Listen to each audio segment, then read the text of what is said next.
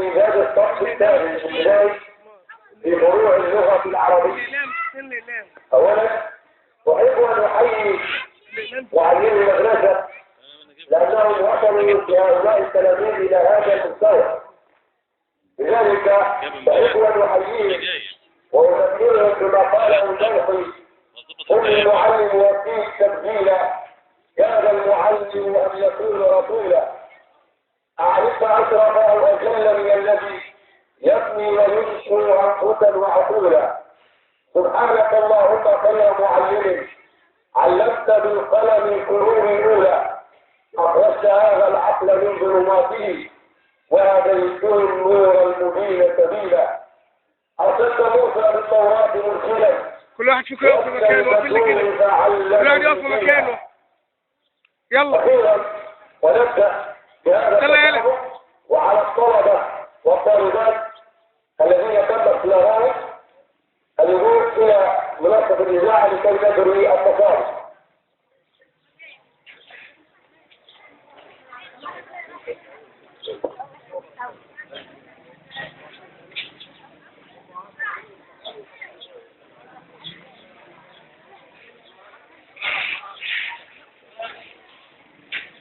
محمد غالي رب الحبيب. هؤلاء التلاميذ وكلهم عرفوا الجد بالذكور وكتبوا في سجل نفسي أربع الذكور. ده مرضى الصف ده. وسوف نبدأ بالتصرف في القصة علي مبارك، وسوف يكون التصرف بين الفصلين. الباب الأول للقصة علي مبارك وهو وزير التربية والتعليم، والباب الثاني وهو أبو التعليم.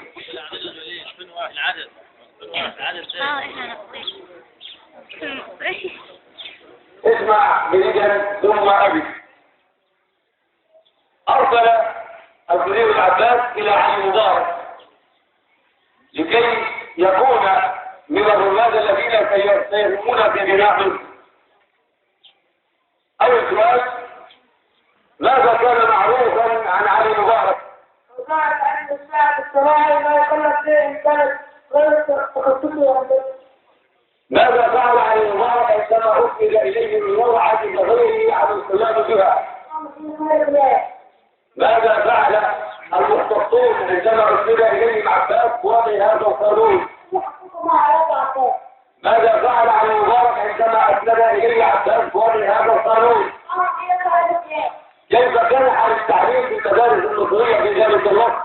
في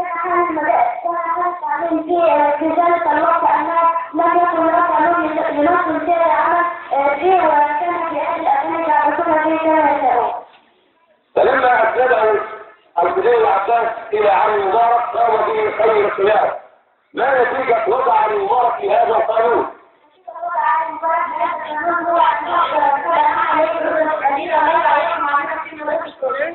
ما مظاهر الاهتمام على المبارك بالتعليم المصري؟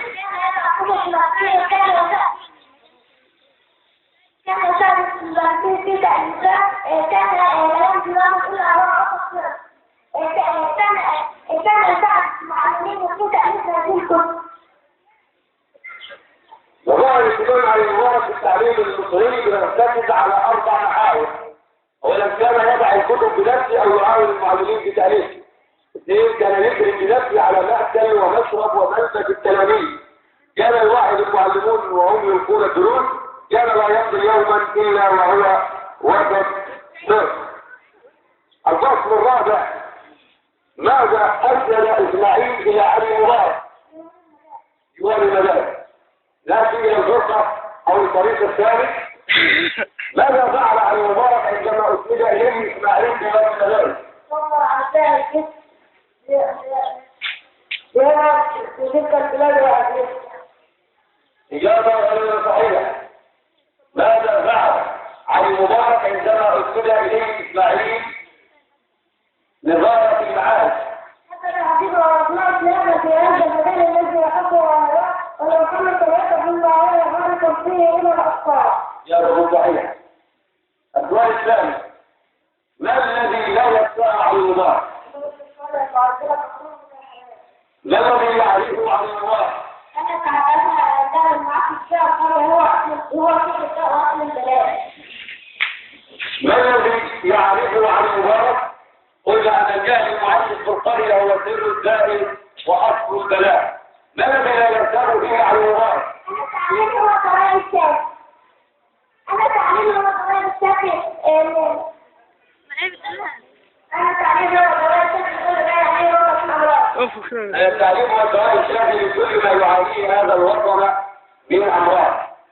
كان عن المبارك مجموعة من التجارب في مجال التعليم والتي تنورت نظرية عن المبارك ورؤيته في التعليم المصري. ما هي هذه التجارب؟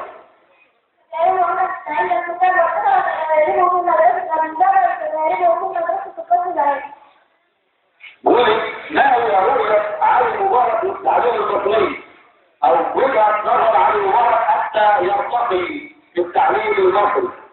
وهي أن تعريف حق الشعب يطلب بذات ليلة تريد الموظفين وثمانيين الدولة أي أن التعليم يطلب بالعلم والثقافة لا من أجل توضيح عن الأحوال. اثنين المعلم القادر المتعلم وطبيعته هو القادر على موظف هذه الوظيفة.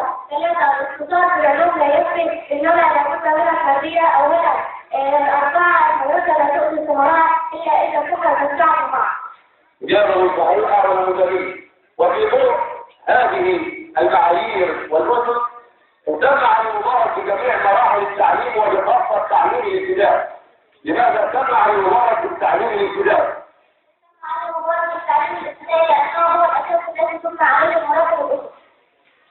لكن إلى الفرع الثاني من القراءة وهو الكتاب ذو الموضوعات المتعددة. من موضوع دعنا نتعارف ما الذي حثت عليه الأجيال؟ ما مراد الكلمة حدث؟ دعت.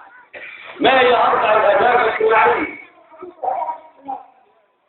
اذكري ما هي آداب الحديث وآداب الاجتماع؟ إذا أعطى أحد المحدثين أراد أقول للآخر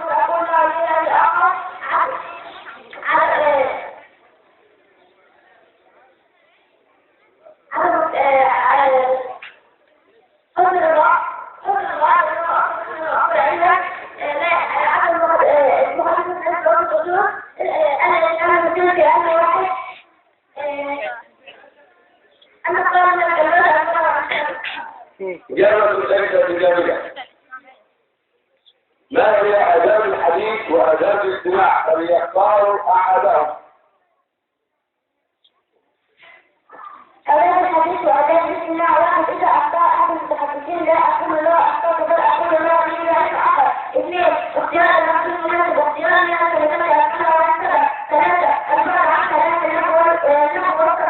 أربعة القاعدة الممنوع أفضل السنة وأعلى. ثلاثة عدم مباشرة المتحدث. أربعة خمسة إذا مواجهة الناس بوجه بشوف. ستة ألا يكون صوتا عليها. سبعة ألا يتحدث الناس بآن واحد. ثمانية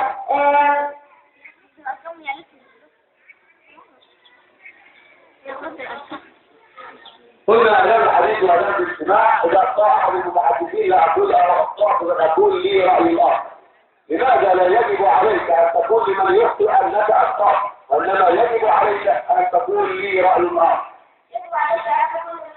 يجب عليك أن تكون أخطأت لأن الله لا أخطأت بالنسبة والإسلام وربما كلامه يكون هو أن نتعرفه.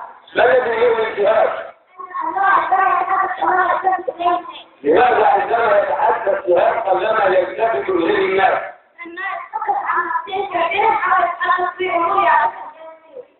نأتي إلى الفصل الآخر أو المجموعة لا من موضوع أعلى وزادة. فيه سيتحدثون الليل. ما الموعد المناسب للزيارة؟ الموعد المناسب للزيارة، الموعد الذي يتفق عليه الإسلام. ماذا أضاف الجسم؟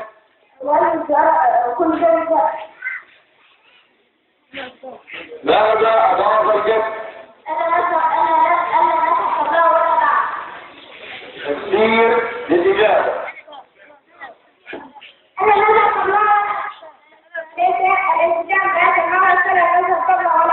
الالتزام بهذا الموعد. قلنا الموعد اختيار الموعد المناسب للزيارة والالتزام بهذا الموعد، فلا بد أن لا نذهب قبله ولا بعده. ما هي آداب الزيارة كاملة؟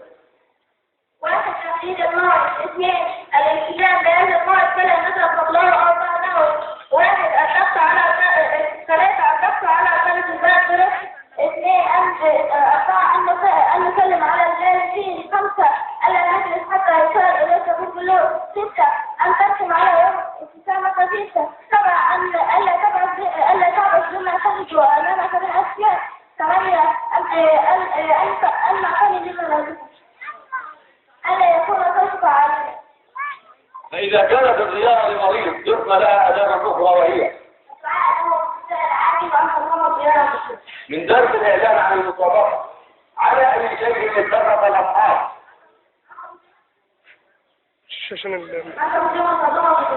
على أي شيء اتفق الأصحاب.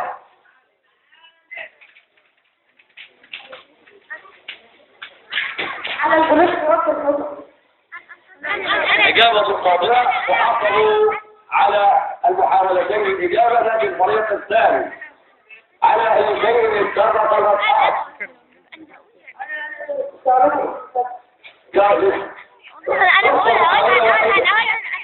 فليختاروا أحد. كل واحد منهم في غدا وهي تسمع توصل إليه يتسمع توصل إليه ثلاثة مستفيدة ويتسمع توصل إليه عدد الحالات وهي السرعة ثلاثة. إجابة صحيحة. السؤال الفرع الثاني المحفوظات ذكروا قائم على حدود الله والواقع فيها كمثل قوم استعموا على سبيل فأعطوا بعضهم أعلاها وبعضهم أسفلها، فكان الذين في أسفلها إذا استقوا من الماء مروا على من فوقهم فقالوا لو أن خرقنا فينا إلى خرقا ولم نؤتي من فوقنا فإن تركوه وما أرادوا هلكوا جميعا وإن أخذوا على أيديهم ندوا وندوا جميعا. لن نذهب فيها الواجبات فهي بالنسبة للمتفوقين أشياء بسيطة، وإنما سنذهب إلى مواطن الجمال وما يرشد إليه هذا الحديث. الموضوع الجمال الأول ما الجمال في قول الرسول صلى الله عليه وسلم لو أن خرقنا فينا في بنا خرقا.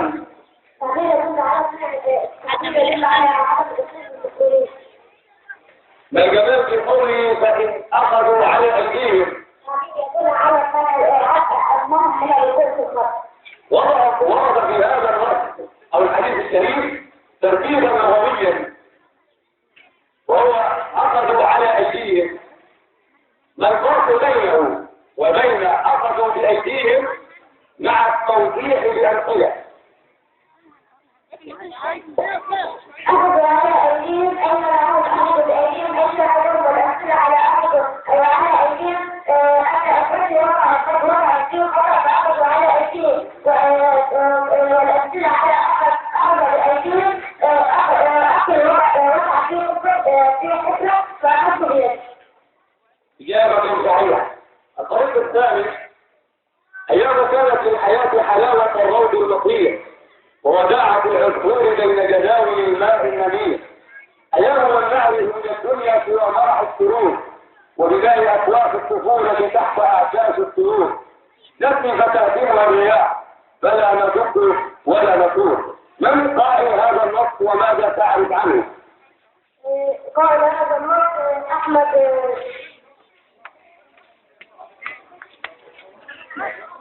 المحاولة الأولى. المحاولة الثانية فليختاروا أحد ليقوم بالإجابة. قال النص أبو القاسم الشاعر ولد عام 1906 وتوفي عام 1934 ولد في قرية السرية في جنوب سوريا وله تضامين شعر وله تضامين شعر القضية في أقصى في بدايات الطرق. كان من أعظم ما قالوا إذا الشعب يوم أراد الحياة فلا بد أن يستجيب القدر ولا بد لليل أن ينجلي ولا بد للقيد أن ينجلي. ماذا وصل الجمال بقوله ووداعة العصفور بين جداول الماء النبيل؟ فأنا العالم وضوء الصلاة النجوى مما يدعى الأسفل بأسفل. إجابة غير كاملة. لكن المحاولة الثانية فقد تكررت محاولات الفريق الثالث. شبه أصلا الحياة فيها أيام تدور على الحياة وحياة العصفور فيها السلام على دور الذي أربعه فيما يفعل العصفور يعيش دون العصفور. إجابة صحيحة. وضعت العصفور بين جلاله الماء جميعا لتطور الحياة في هدوءها والكلام الذي يعرفها مما يجعل العصفور يعيش في هدوء وسكون. قد أخذنا نص اسمه أداة سبيل. ما يرشد إليه هذا النص؟ ما يرشد إليه هذا النص؟ ستكون النتيجة على حسب من يرفعون أيديهم يختاروا. اختاروا أحدكم.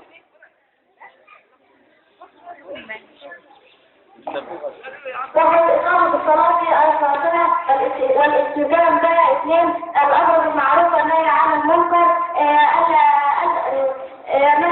الأمر بالمعروف والنهي عن المنكر. إن الله لا يحب كل مختال فخور. إن الله لا يحب كل مختال فخور. وألا تعرف وجهك احتقارا للناس مما يؤدي إلى الاعتزال عنهم. وأن تمشي معتدلا في مسجد ولا ترفع صوت. ورد في هذه الآيات ترتيبا لغويا وهو أقصد الصلاة. ما الفرق بين أقصد الصلاة وأقصد الصلاة؟ أقم الصلاة إقامة الصلاة كثيرة في أوقاتها. أقصد الصلاة أي أنا لا الالتزام مع الصلاة. عدم الالتزام مع الصلاة. وأخيرا قد أتينا إلى نهاية هذا الكتاب خوفا على وقتنا ووقت الزملاء، ويتفضل الأستاذ محمد سعد الباز بالإعلان عن النتيجة. أود أن أشكر جميع معلمي المدرسة لأن مستوى المدرسة قد زاد بنسبة أكثر من 95%. وأنا بصفتي عضو في نقابة المعلمين وزارة مدن مصر أود أن أشكر القائمين على رأس العملية التعليمية وهو الأستاذ محمد سعد الباز الذي نهض بهؤلاء الطلاب ونهض بالمعلمين وحثهم على أن يكون مستوى هذه المدرسة من ضمن أفضل المدارس على مستوى الوزارة. فنحيي هذا المربي الفاضل جميعا.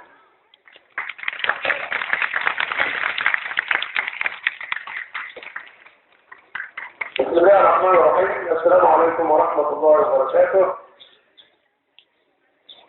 شكرا لتلاميذ الصف الثالث لفصلين الأول والثاني، وشكرا للأستاذ وليد مراد المعلم الأول للغة العربية في المدرسة، ونشكر جميع من ساهم في هذا التسابق.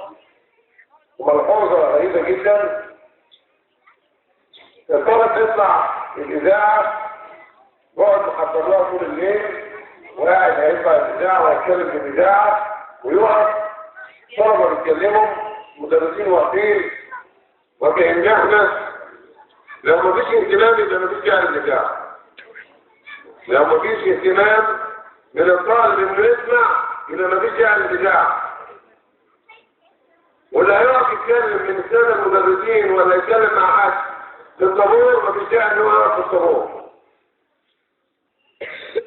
المدرسة قبل ما تبقى تربية، قبل ما تبقى تعليم في تربية، والتربية أساسها نظام.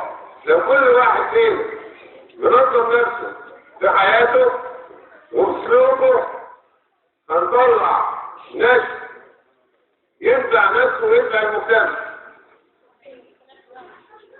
إذا كان المدرس يقول لك واقف ساكت ما تقولش، يبقى معناه إن أنت ما بتسمعش الكلام. وبالتالي شغل المدرس أولى خطوات التعلم إن أنت تسمع الكلام. لو سمعت هتسمع، لأن مفيش حاجة في الفصل إلا لما المدرس قالها مرة واثنين وثلاثة. ليه في طالب متميز؟ لأنه بيسمع. طالب مش فاهم ليه؟ لأنه قاعد في الفصل سرحان ومش عاوز يسمع. الإذاعة وطلع عدد الثوار وطلب الإسلام وطلع الإذاعة وقف الكلمة. يا جماعة كده الإذاعة كل مدرس رب قدام فرق اللي يتكلم الرب فالشرطة هو اللي يتكلم. يذكر الفصلين الشتى أول والشتى ثاني على التطابق ونحل الفصلين مع بعض وكانوا متطابق. طبعا في بعض الطلبة يطلعوا بعد إعلان النتيجة بتاعنا ليه؟ تأكد إن أنت طالما طلعت في التطابق إن أنت من الطلبة الممتازين. دي أول. أقول النبي بعمل مسابقة بين طلبة وطلبة. الطلبة المشتركين في المسابقة من الطرفين ممتازين ولازم يطلع طالب متميز عن الآخر. يعني ممكن يكون في طالب امتياز وفي طالب امتياز مع مصلحة الشرع. مش معنى ان الخير يتقال واحد. نتيجة التطابق اليوم كورس فريق كاس اول للتطابق بين حيين. الجماهير الاستاذ وليد مراد يتولى الاسماء واحنا نوزع الكوارث. هؤلاء الاطفال او التلاميذ والبذور عرفوا الجده بالظهور ومتميزون كتبوا في سجل نبذ اروع صدور وناتي بالذين حازوا على المركز الاول وياتي الطالب محمود علي. نبذ علي. الطالبة رمية سعيد. الطالبة سلوان جمال. الطالبة مريم أحمد. الطالبة رحاب محمود. الطالبة المتميزة دائما أماني عبد الخالق. الطالبة خلود أحمد. الطالبة علياء وائل.